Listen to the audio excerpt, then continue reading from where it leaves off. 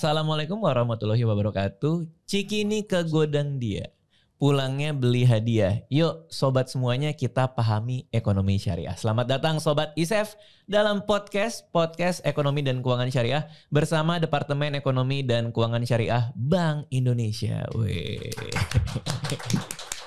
Podcast ini merupakan media yang membahas perkembangan dan berbagai isu menarik seputar ekonomi dan keuangan syariah di Indonesia, yang juga merupakan bagian dari Festival Ekonomi dan Keuangan terbesar di Indonesia, yaitu Indonesia Syariah Economic Festival atau ISEF, yang akan diselenggarakan ke-10 kalinya di tahun ini. Bersama saya Raditya Dika di sini, kita akan membahas podcast ini judulnya 30 menit memahami ekonomi dan keuangan syariah. Narasumber kita di depan saya sudah ada Bapak Rifki Ismail, Deputi Direktur Research Ekonomi dan Keuangan Syariah DEX. Selamat pagi Pak. Assalamualaikum. Waalaikumsalam. Ini di sela-sela kegiatan Bapak ngajar riset nih, makasih sudah meluangkan waktu di sini. Sama-sama. Tapi buat yang orang mungkin baru nonton kita nih Pak, dia lagi nge-scroll tiba-tiba mencet video ini muncul gitu. Boleh diperkenalkan nggak Bapak ini sehari-hari pekerjaannya seperti apa gitu? Ya baik, makasih Mas Dika. Assalamualaikum warahmatullahi wabarakatuh. Waalaikumsalam. Suatu kebahagiaan nih diundang sama Mas Dika. Jadi sehari-hari saya di Bank Indonesia, Departemen Ekonomi Keuangan Syariah. Kalau masa dinas sudah hampir 25 tahun mungkin sudah di Bank Indonesia dan fokusnya di ekonomi dan keuangan syariah. Kemudian sehari-hari selain tentu melakukan aktivitas yang sifatnya rutinitas di Bank Indonesia, juga spesialnya sebenarnya di penelitian ekonomi keuangan syariah, pasar uang syariah, moneter syariah, makroprudensial syariah. Nah itu biasanya areanya. Oke. Kalau untuk orang sendiri nih, kapan kita tahu nih, misalnya kan orang kan udah sering denger ya, Pak, ekonomi syariah. Terus orang banyak yang merasa sudah ngerti kan. Oh, syariah itu ekonomi Islam, syariah itu ini, syariah itu gitu misalnya. Tapi sebenarnya apa konsep dasar dari ekonomi syariah yang kalau lu udah ngerti ini lu sebenarnya udah paham gitu. Itu di bagian mana tuh orang udah benar-benar ngerti ekonomi syariah, Pak? Iya. Sebenarnya kalau awareness orang dengan ekonomi syariah itu ya, sadar tidak sadar orang tuh akan atau sudah melakukan ekonomi syariah. Misalnya kita beli barang, kita beli makanan, minuman. Ketika kita minimal dalam hati itu ini halal nggak ya? Nah itu sudah ada ekonomi syariah tuh. Oh gitu ya? Iya. Oke, itu yang paling kecil tuh berarti paling ya? Paling simpel. Oke. Kemudian kita misalnya ingin makan sesuatu, tidak hanya beli, ingin makan sesuatu. Kita ingin tahu makanannya bersih atau tidak ya? Itu sudah ada ekonomi syariah di situ. Karena kita sadar dengan kebersihan, sadar dengan nilai-nilai kerohanian, itu sudah ada ekonomi syariah di situ. Kemudian kita minimal misalnya bergaul, kita memilih kawan gitu kan, kawan yang mendatangkan kebaikan, ini kawan tidak mendatangkan kebaikan, itu juga pergaulan sudah ada unsur-unsur syariah di situ. Jadi sebenarnya sadar tidak sadar kita tuh sudah ada di dalam lingkungan syariah, baik ekonomi, kehidupan, sosial, macam-macam. Berarti untuk orang-orang yang memang mikirin hal seperti tadi ya, terutama untuk kebaikan ya, teman yang ngundang kebaikan lah apa segala macam gitu. Ketika kita ekstrapolasi ke yang lebih kompleks tuh gimana tuh Pak mengenai sistem ekonominya sendiri gitu? Sistem ekonomi syariah ya Mas Radit. Jadi pertama sistem ekonomi syariah ini mengedepankan keadilan. Keadilan kepada semua pihak, tidak hanya Muslim tapi non Muslim, semua yang namanya pihak yang berinteraksi, bermuamalah itu dikedepankan prinsip keadilan, kontinuitas, etika, kemudian bagaimana supaya orang itu tidak bisa terzolimi dalam melakukan kegiatan ekonomi. Kegiatan ekonomi luas ya, bisa konsumsi, bisa produksi, bisa distribusi, segala aktivitas yang terkait dengan ekonomi itu prinsip-prinsip ekonomi syariah itu hadir di situ. Terus kadang-kadang aku suka dengar soal kalau spekulasi itu kan tidak boleh tuh dalam ekonomi syariah ya, nebak-nebak harga apa segala macam. Berarti apakah ada prinsip kehati-hatian juga kah di ekonomi syariah? Itu datangnya dari mana tuh Pak? Nah sebenarnya kalau disebut spekulasi, kalau dalam ekonomi nih ya, natural itu spekulasi itu pasti ada. Dalam arti kita melakukan muamalah, berusaha, bisnis yang real gitu kan. Ada kepastian nggak dapat untung atau dapat kerugian? Nggak ada yang bisa menjamin. Misalnya besok Saya buka toko misalnya. Apakah ada keyakinan dalam hati saya ini toko saya akan laris? Nggak ada yang bisa memastikan. Jadi namanya spekulasi dalam arti itu kepastian akan suatu hasil usaha. Tidak ada yang tahu. Oke. Tapi yang terlarang, yang disebut spekulasi adalah ketika kita mengadu nasib.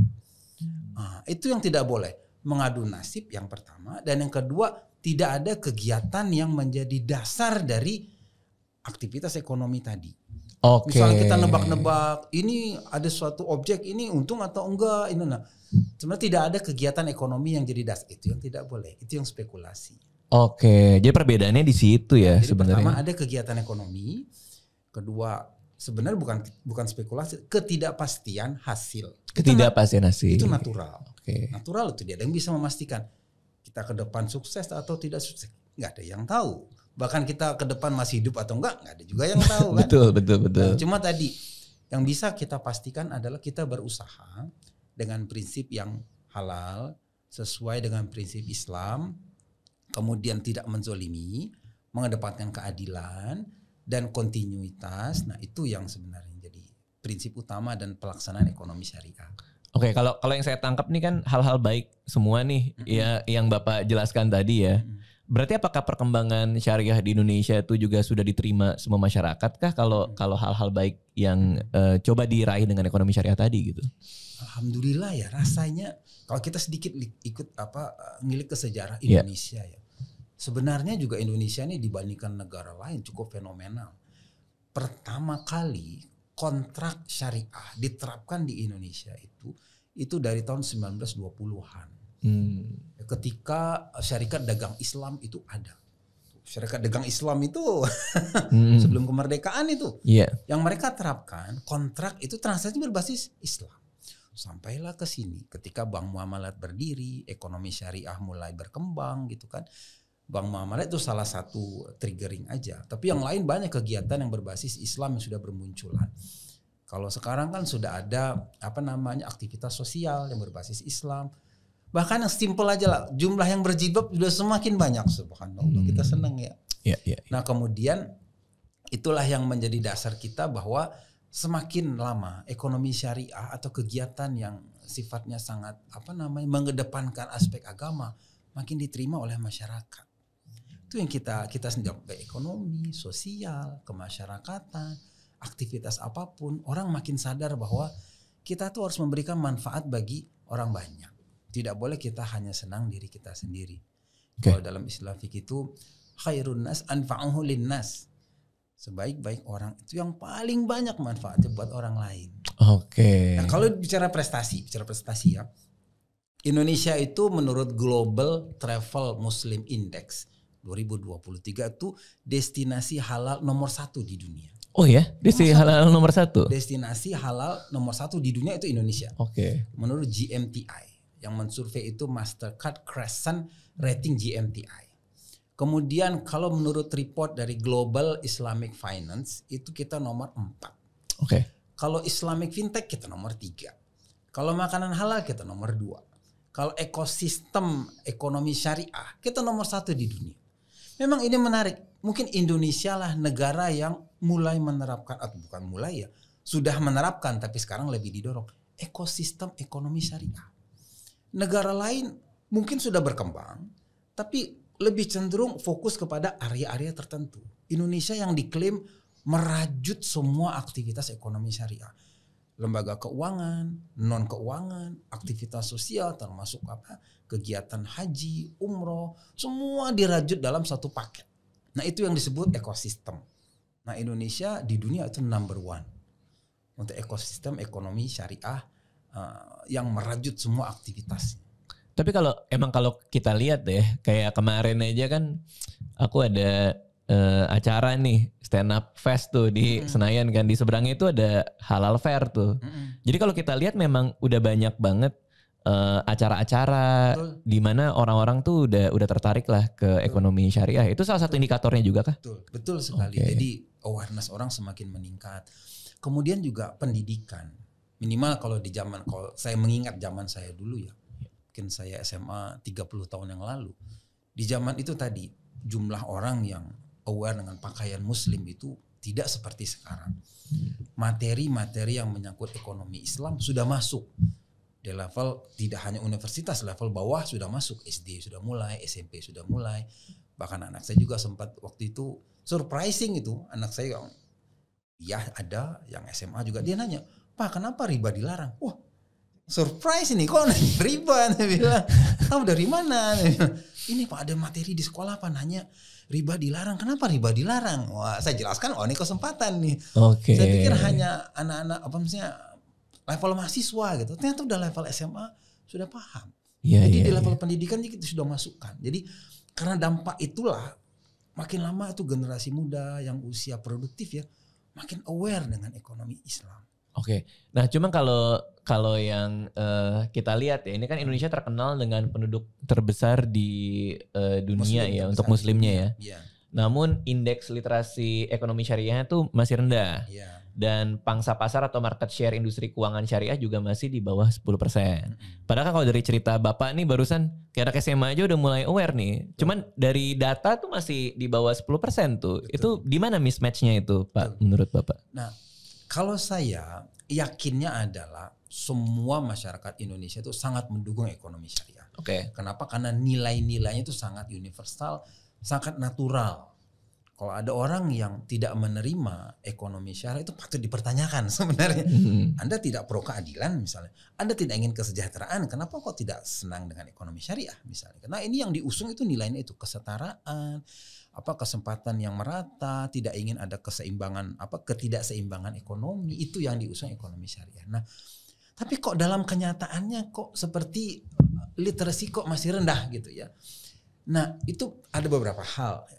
Pertama tadi, mungkin persepsi masyarakat ketika berhubungan ekonomi syariah, dia harus memahami istilah-istilah Arab. Mudharabah, musyarakah, goror, maisir.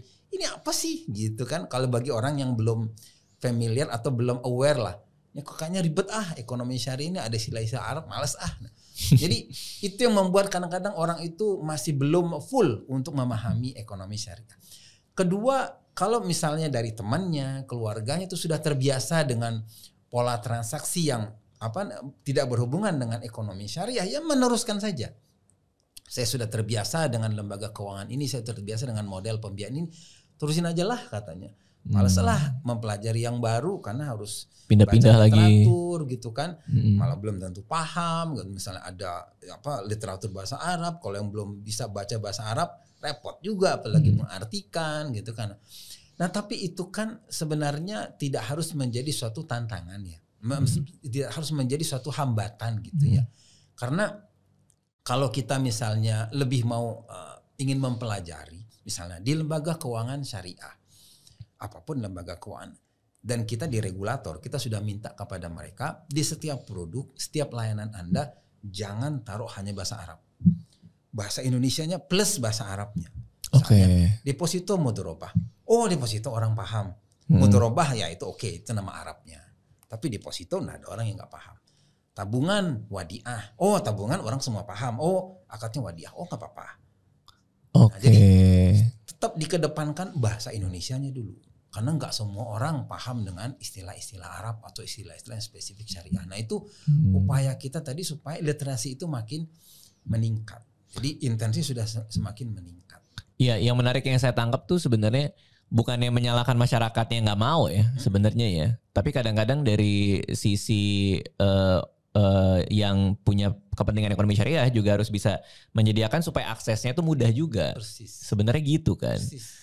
Karena kalau saya ngelihat tadi indeksnya dan lain-lain tuh kayak kesannya kayak kitanya nggak mau gitu. Iya. Coba padahal kan beberapa prinsip-prinsipnya tuh dekat sama kita juga kan. Dekat. Apalagi soal kebaikan dan lain-lain gitu. Betul, ya. Dan memang kalau kita lihat Bank Indonesia kan melakukan survei literasi kan 2019 masih 16%. Kemudian 2021 naik ke 20%.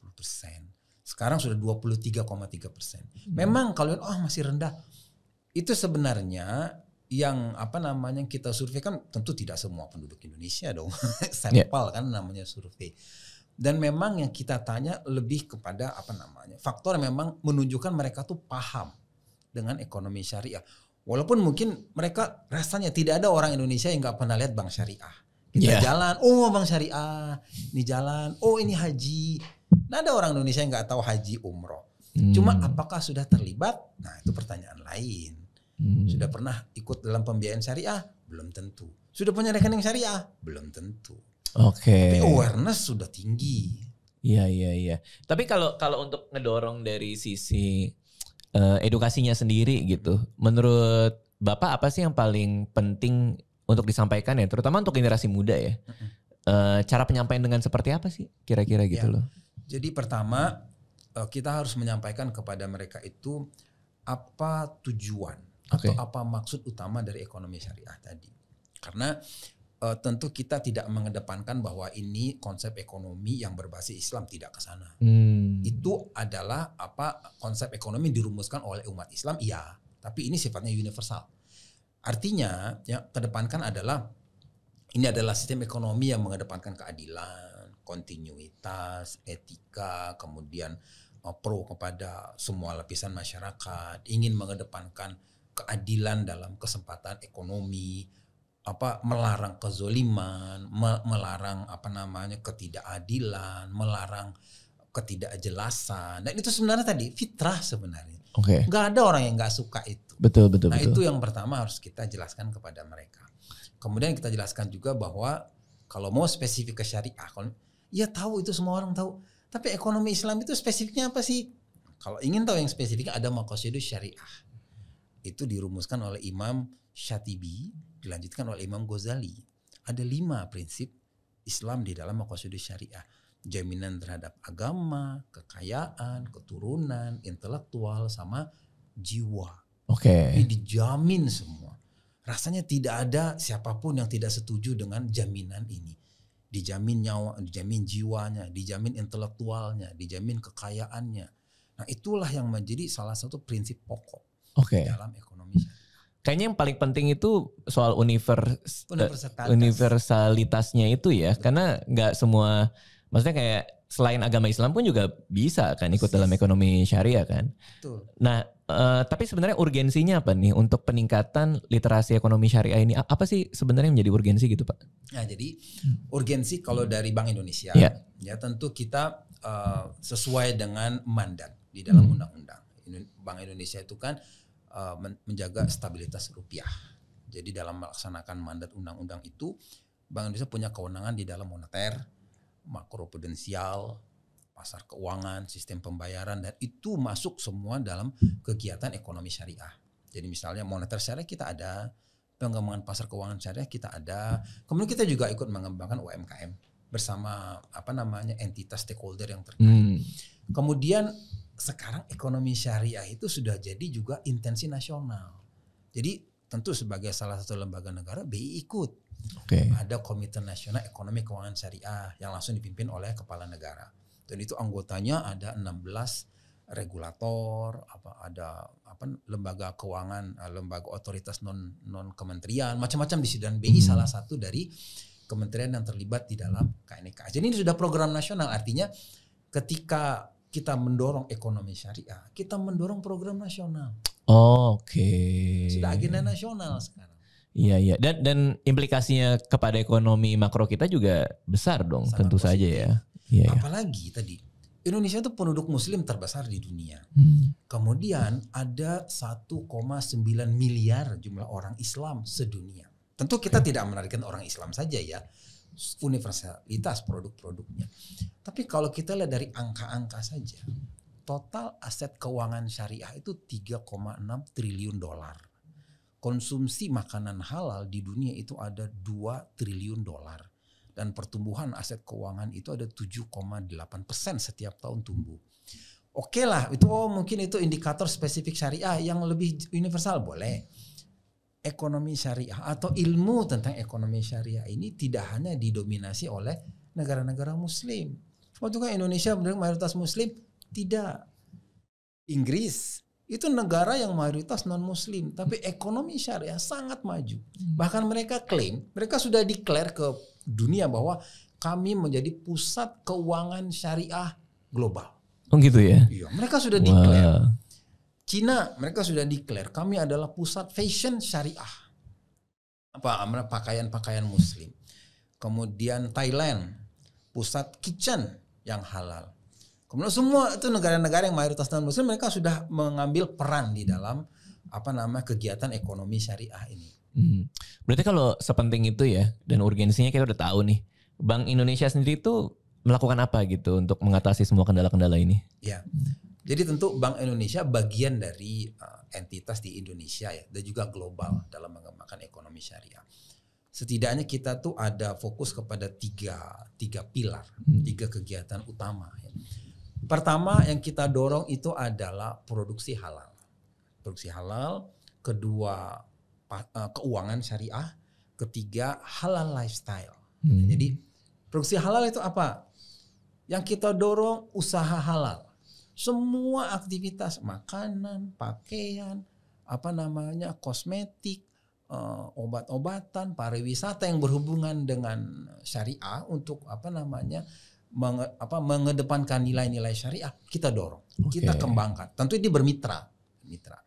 Kemudian juga kita dorong usahanya, kapasitasnya, infrastrukturnya. Itu kita dorong semua. Jadi makanya kita tentu bagian dari Komite Nasional Ekonomi Keuangan Syariah, bahkan mereka juga sudah cukup masif upayanya sampai ke daerah.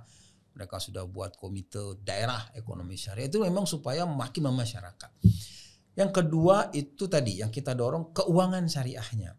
Kita kembangkan pasar keuangan syariah termasuk sukuk. Kita kembangkan sukuk. Kita dorong juga keuangan sosial Islam. Ya, jadi bagaimana zakat semakin meningkat, wakaf semakin memasyarakat, gitu kan. Kemudian kita integrasikan sosial komersial juga di dalam satu kegiatan keuangan. Jadi jangan kita pisah, sosial saja, komersial saja, nggak bisa.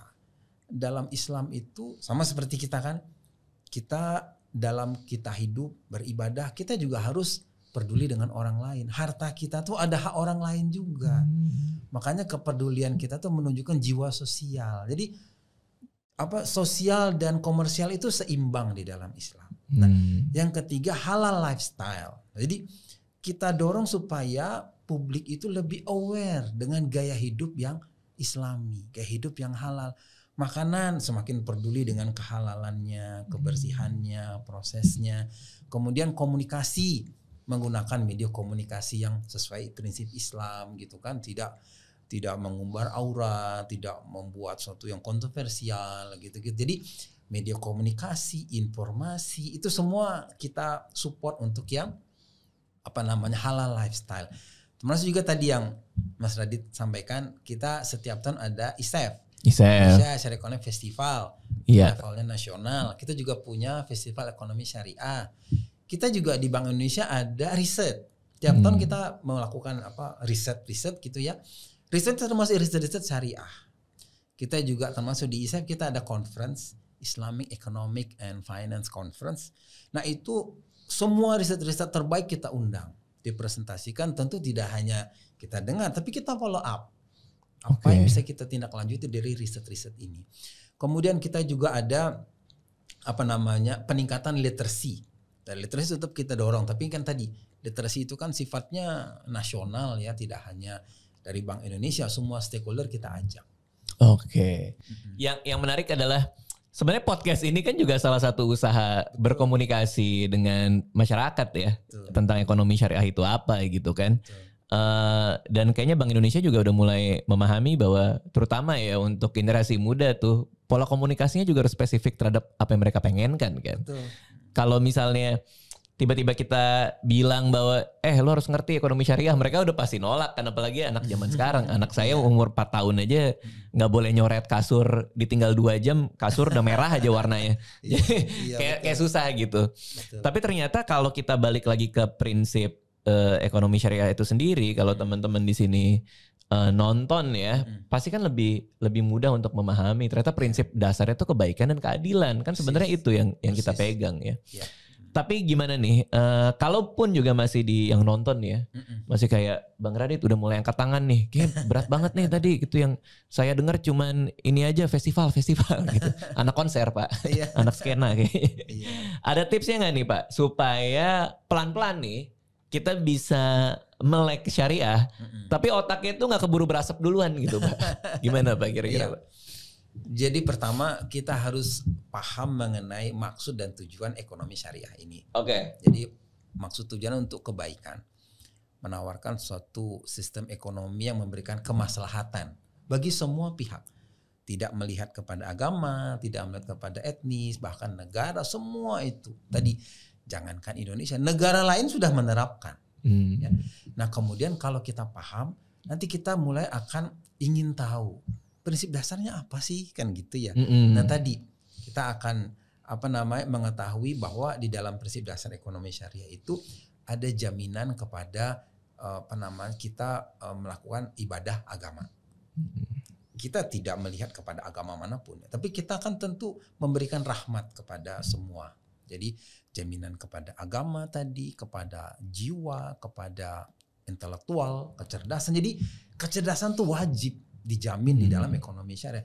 Intinya sebenarnya ini yang menarik juga, Mas Radit, ekonomi syariah nilai-nilainya sudah ada di Undang-Undang 45. Pasal-pasalnya itu sudah ada ekonomi syariahnya itu. Oh gitu Pak? Iya, jadi pendiri negara Indonesia itu memasukkan nilai-nilai ekonomi syariah di dalam Undang-Undang Dasar 45. Luar biasa. Tapi kan kita mungkin kalau tidak mempelajari ekonomi syariah mungkin kita tidak aware. Ternyata ini prinsip ekonomi Islam. Contoh, jaminan kepada fakir miskin, anak terlantar dipelihara oleh negara. Itu ekonomi syariah. Jadi negara tidak menelantarkan fakir miskin, anak terlantar, tidak. Itu dijamin dinaungi oleh negara. Supaya orang tidak jatuh miskin, tidak sengsara. Edukasi, pendidikan. Makanya didorong pendidikan. Itu Indonesia kan wajib belajar. Itu salah satu implementasi dari ekonomi syariah. Nah itu sebenarnya. Jadi kalau tadi mungkin ini kalau terlalu advance, Undang-Undang 45 tahu kan? Nah Undang-Undang 45 ada ekonomi syariah. Iya. Peduli nggak dengan saudara kita yang tidak mampu, yang kekurangan? Peduli. Itu sudah ekonomi syariah. Anda sudah ada jiwa ekonomi syariah sebenarnya. Nah itu jadi sebenarnya simpel-simpel saja sih sebenarnya. Dengan memahami semua prinsip-prinsip dasar ini ya, kalau pakai misalnya semacam analogi yang lebih ke keseharian tuh gimana tuh Pak misalnya? Nah betul, makasih, ini menarik pertanyaan. Jadi kalau yang lebih keseharian, misalnya kita mulai ingin tertarik bertransaksi dengan prinsip ekonomi syariah gitu kan ya, tentu kita harus paham akadnya. Karena salah satu yang membedakan ekonomi syariah dengan yang non syariah adalah ada akadnya di situ. Sama seperti gini sebenarnya ya, sama seperti ijab kabul. Apa bedanya pacaran dengan suami istri? Ijab kabul. Ada akadnya itu ya berarti, betul. Ijab kabul, sah suami istri. Kalau belum berijab kabul ya masih sahabat namanya. Gimana ya? Nah, jadi dalam ekonomi Islam kita harus pahami akadnya. Tadi dalam bertransaksi, lembaga keuangan sudah kita minta dalam setiap kontrak ada bahasa Indonesia plus ada bahasa Arabnya supaya masyarakat juga lama-lama paham. Nah, jadi akad kita harus paham. Akadnya sebenarnya sederhana sih. Secara umum ada jual beli, ada investasi, ada jasa. Secara umum, tapi turunannya banyak. Nah, jadi misalnya kita ingin tahu akad jual beli, ada misalnya jual beli tunai, bai nakdan. Jual beli tunda, murabahah. Nah, jadi tapi itu tadi kan ada bahasa Indonesia yang memudahkan masyarakat untuk memahami. Kedua, investasi. Investasi boleh. Investasi bareng-bareng, mau musyarakah atau mau saya pengelola, Anda pemilik dana, mudharabah. Nah, jadi sebenarnya tadi ada definisinya yang membuat orang paham, plus ada istilah Arabnya. Karena istilah Arab juga bukan kita ingin ke Arab-Araban, bukan, memang istilah fikihnya namanya itu. Dan itu menjadi ciri khas dari ekonomi syariah. Kedua, kita harus paham ada kontrak-kontrak atau aktivitas yang terlarang di dalam ekonomi syariah itu. Al-aslu fil muamalah al-ibahah, di dalam prinsip kaidah fikih. Sebenarnya dalam prinsip muamalah itu semuanya boleh kecuali ada yang dilarang. Maisir. Nah, itu perjudian. Tidak boleh. Ketidakpastian tidak boleh. Goror, itu juga sesuatu yang menimbulkan keraguan-raguan. Karena dalam kontraknya ternyata tidak jelas. Ini barangnya seperti apa nih? Kapan deliverynya nih? Saya nggak pernah lihat barangnya nih. Itu goror. Tidak boleh kita, kalau bahasa yang mungkin kita sering, beli kucing dalam karung. Betul. Kita aja kalau menikah kan ingin lihat kan calonnya. Iya. Masa dia pakai helm kan agak pakai helm kita. Ini laki-laki gimana nih, perempuannya gimana nih? Cakep apa enggak kan sederhananya gitu. Kan kita pengen lihat. Sama, nggak boleh beli kucing dalam karung. Transaksi muamalah juga harus jelas. Itemnya apa, speknya apa, konsekuensi belinya apa, dan seterusnya. Kemudian tentu yang paling terkenal, yang paling orang tahu dengan ekonomi syariah itu riba. Nah, larangan riba. Riba itu secara prinsip ekonomi, tapi definisi riba ini dari banyak hal bisa kita pelajari. Ekonomi, sosial, macam-macam. Kemanusiaan, tapi yang paling mudah adalah ketika suatu kegiatan ekonomi mendatangkan keuntungan, tapi kegiatan itu tidak melibatkan ekonomi real. Mendatangkan kezoliman, melakukan ketidakadilan. Itulah beberapa alasan ketika riba itu dilarang. Oke. Dan itu tidak akan diargu oleh semua orang. Jadi Inggris aja, mungkin banyak juga teman-teman yang belum tahu ya. Di Inggris itu riba dilarang loh. Sampai Ratu Elizabeth pertama melarang bunga. Oke. Iya. Ratu Elizabeth pertama itu melarang bunga. Jangan salah itu. Kemudian Yahudi pun melarang bunga. Jadi agama-agama yang percaya dengan Tuhan itu percaya bahwa riba tuh nggak boleh. Karena itu sifatnya manusiawi. Menyebabkan ketidakadilan, kezoliman. Siapa yang mau dizolimi? Nggak ada yang mau manusia dizolimi, dilakukan tidak ada yang mau. Jadi prinsip ini universal sekali. Oke. Itu salah satu key takeaway-nya ya, bahwa ini universal gitu kan. Iya, betul. Terus yang saya suka nih dari tadi kita bicaranya yang sederhana-sederhana aja kan. Kayak dari undang-undang dasar kita bisa lihat.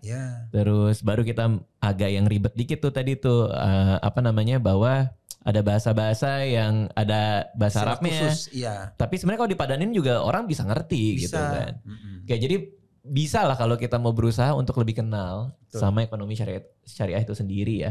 Kita juga belajar bahwa ada fokus pada nilai ketuhanan dalam transaksi ekonomi yang tujuannya tadi kesatuan ya.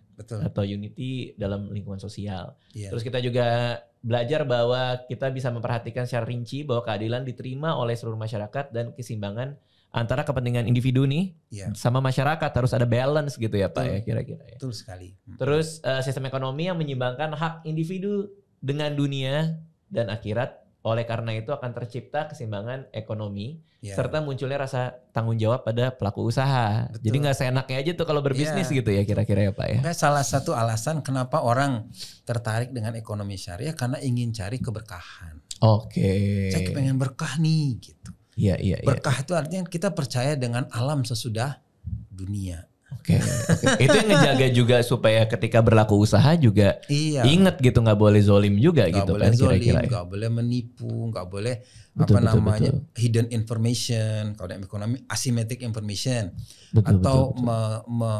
menutup-nutupi sesuatu yang fakta itu nggak boleh. Iya benar-benar. Misalnya barangnya rusak terus kita tutup-tutupi nggak boleh. Rasulullah SAW itu pernah dalam suatu perniagaan di pasar gitu ya. Ketika ada pedagang kurma, di atas kurmanya bagus-bagus itu. Yang dilakukan oleh Nabi adalah masukkan tangannya ke bawah. Pas dia akan, wah banyak kurma-kurma yang jelek ada di bawah. Terus Nabi bilang Anda berniaganya tidak jujur. Yang bagus-bagus di atas. Jadi ketika diserok kan ikut semua yang bawah, yang jelek-jelek itu masuk semua. Nah itulah salah satu yang hal-hal yang tidak diinginkan dalam transaksi ekonomi berbasis syariah. Dan implementasi juga banyak ya, kayak membajak buku, nggak boleh dong. Boleh. Buku saya banyak dibajak Pak. Saya sekalian aja masuk tuh. Iya itu nggak boleh itu. Hey pembajak buku saya, nggak boleh Pak ya? Nggak boleh. Itu langsung nggak boleh itu. Itu ada kezoliman itu. Nah, Mas Radi udah dizolimi. Iya. Oke, nah yang terakhir juga ada karakteristik ekonomi syariah, yaitu inklusif dan produktif. Betul. Yang nanti efeknya nih bisa mendorong pertumbuhan ekonomi kita juga sebagai warga negara Indonesia ya Pak. Betul, persis. Jadi tadi ini bukan sistem ekonomi hanya untuk umat Islam, tidak. Betul. Tadi, terbukti banyak negara yang mayoritas non-Muslim sudah sama-sama mengembangkan ekonomi syariah. Ya. Bahkan ada satu juga yang menarik, kalau teman-teman aware ya ketika krisis keuangan global 2010 waktu itu ya, itu ada selebaran dari Vatikan itu. Masih bisa dicari di Google itu. Katanya bagi lembaga keuangan di dunia yang tidak ingin terjadi krisis keuangan lagi, ikutilah etika ekonomi Islam. Oke, itu ada tuh ya? Ada. Oh, wow. Etikanya ya. Jadi prinsip-prinsipnya, etikanya dalam berniaga dari ekonomi Islam. Jadi mereka tadi ini adalah bukan eksklusivitas ini orang Islam saja, enggak. Nilai-nilainya universal. Semua agama yang percaya kepada Tuhan, tidak ingin orang lain terzolimi, ingin transaksi yang adil, semua sepakat dengan ekonomi Islam. Oke. Nah, jadi inklusif, tapi produktif. Produktif artinya tidak boleh ada kegiatan ekonomi yang hanya menghasilkan profit tanpa ada kegiatan ekonomi, nggak boleh. Jadi kalau kita ingin mendapatkan keuntungan harus ada kegiatan perniagaan yang dilakukan, kegiatan ekonomi yang dilakukan. Nah, jadi produktif itu di situ. Tidak boleh ada dana idle, dana yang hanya di sektor yang tidak produktif. Semua harus diputar karena kegiatan ekonomi itu ujung-ujungnya akan mendatangkan kemaslahatan. Banyak orang yang bekerja, banyak. Jadi kan misalnya ada pedagang gitu kan, barangnya dibeli, dapat untung, dia bisa putar lagi uangnya. Nah, itu sebenarnya produktivitas ekonomi itu yang didorong dalam ekonomi Islam. Tapi bener juga sih. Kalau banyak orang tahu mungkin lebih dikit yang ketipu, Pak. Karena kan kadang-kadang suka ada itu kan, kayak titip duit ke gue. Nanti besok jadi double atau 2 minggu lagi dapat sekian %. Tapi kan kita nggak tahu nih kegiatan produksi apa yang dia lakukan kan. Tahu-tahu nambah aja gitu. Jadi kita pun juga harus berhati-hati. Kalau sesuai prinsip ekonomi syariah, kita harus ada tahu di bawahnya itu ada kegiatan produksi yang real kan. Iya, jadi tadi ada teman nitipkan uang. Saya ya. ingin Anda mengelola dong. Nah, kalau dalam Islam tadi akadnya mesti jelas. Anda nyerahkan uang ke saya. Kita nih hubungannya apa? Investor dengan pengelola dana atau Anda ngutangin saya? Ngutangin juga boleh loh. Dalam Islam bukannya hutang piutang tidak boleh, boleh. Tapi itu akad sosial. Akad tabaru kalau istilah dalam Islamnya itu. Jadi, saya ingin Anda ngelola uang saya sehingga bertambah. Boleh, berarti kita investor dan pengelola dana. Mudharabah istilah Arabnya. Tapi kalau istilahnya itu joint financing, titipkan uang. Nanti saya buat suatu usaha, ketika untung, Anda sebagai pemilik modal dapat tentu bagian keuntungan. Saya sebagai pengelola dapat juga. Tapi itu ketika sudah ada realisasi keuntungan, bukan ditetapkan di awal. Oh gitu, ya. Karena ke depan kan kita nggak tahu, betul, untung atau tidak. Ternyata untung kita bagi. Oh ternyata rugi, pemilik dana akan menanggung. Saya sebagai pengelola tidak dapat imbalan apa-apa karena usaha kita rugi. Nah itu salah satu bentuk lah dari ketika kita bermuamalah dengan tadi sahabat. Dan adil kan? Adil, tidak ada yang dizolimi. Oke, siap. Nah langkah-langkahnya juga tadi ya Pak, berarti kita harus pahami tujuannya, pahami prinsipnya, betul. Ya kan, kalau masih ada yang pusing di rewind aja ininya YouTube-nya nih. Familiar dengan istilah, tadi analoginya juga Bapak udah sampaikan juga. Dan terakhir yang paling susah nih kadang-kadang Pak, dipraktekin bukan diomongin. Benar nggak Pak? Betul. Iya kan? Coba. Betul. Kalau cuma dengar, cuma coba memahami tapi nggak pernah mencoba, nggak tahu rasanya nanti. Iya benar. Nah ini yang buat lagi dengerin sambil nyetrika nih Pak, biasanya Pak. Suka banyak yang kayak gitu Pak. Podcast sambil setrika dengerin ya. Iya alhamdulillah. Boleh coba dipraktekin, bukan cuma didengerin ya maksudnya gitu ya. Oke. Mantap juga nih, jadi kita makin paham, makin gampang belajar soal ekonomi syariah juga. Jadi demikian Sobat ISEF, podcast kali ini semoga memberikan ilmu yang bermanfaat buat kita semua. Amin. Jangan lupa juga untuk follow media sosial ISEF di bawah ini nih, di bawah ini. Untuk mendapatkan informasi terupdate tentang ekonomi dan keuangan syariah bersama Bank Indonesia, mendorong pengembangan ekonomi dan keuangan syariah Indonesia yang membawa kebaikan untuk semua. Sampai jumpa dan salam ISEF 2023. Wassalamualaikum warahmatullahi wabarakatuh. Waalaikumsalam.